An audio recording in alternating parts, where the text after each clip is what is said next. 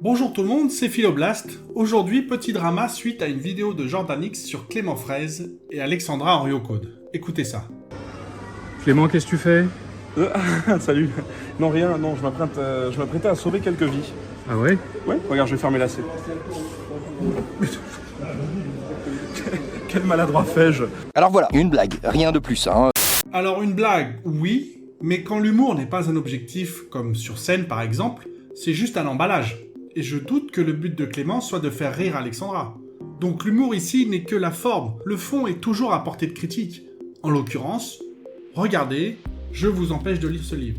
Parce que bon, si on donne un passe-droit humoristique à Clément, on autorise n'importe quel comique autoproclamé à pirater sa chaîne sur le ton de l'humour, et ça peut aller loin. Les fans de cette autrice ont crié à la censure et certains ont même été jusqu'à comparer Clément à un petit monsieur très énervé avec une moustache. Pour ce qui est de la censure, à partir du moment où on mine la diffusion d'une idée, ça peut en faire partie.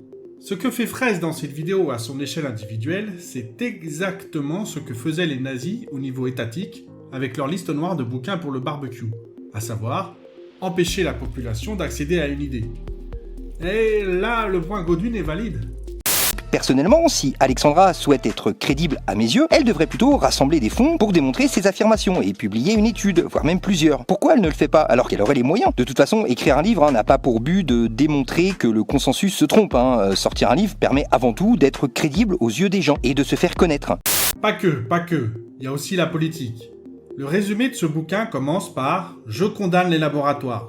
Orion Code combat un complot. Elle ne peut pas faire une étude pour ça, elle doit écrire un bouquin. Mais la solution me semble pourtant être plutôt simple. Pourquoi ne pas imaginer une sorte de label indépendant, ou je sais pas, un label scientifique, appelez ça comme vous voulez, qui permettrait que dès qu'un livre qui a comme prétention de remettre en cause des connaissances sur un sujet, dès que ce genre de livre-là est édité, il devrait obligatoirement passer par une sorte de sas de sécurité qui permettrait à des spécialistes du domaine de lire le livre avant sa publication et d'y apporter des corrections. C'est une solution simple en effet, mais pas sûr que ce soit vraiment efficace. Ce dont on a vraiment besoin, c'est d'esprit critique. Il faut que les enfants apprennent les bases de la rhétorique et de la logique dès le collège. Et on aura une population capable de se défendre toute seule contre ces inepties. Et vous, qu'est-ce que vous en pensez? Clément est-il un nazi ou pas?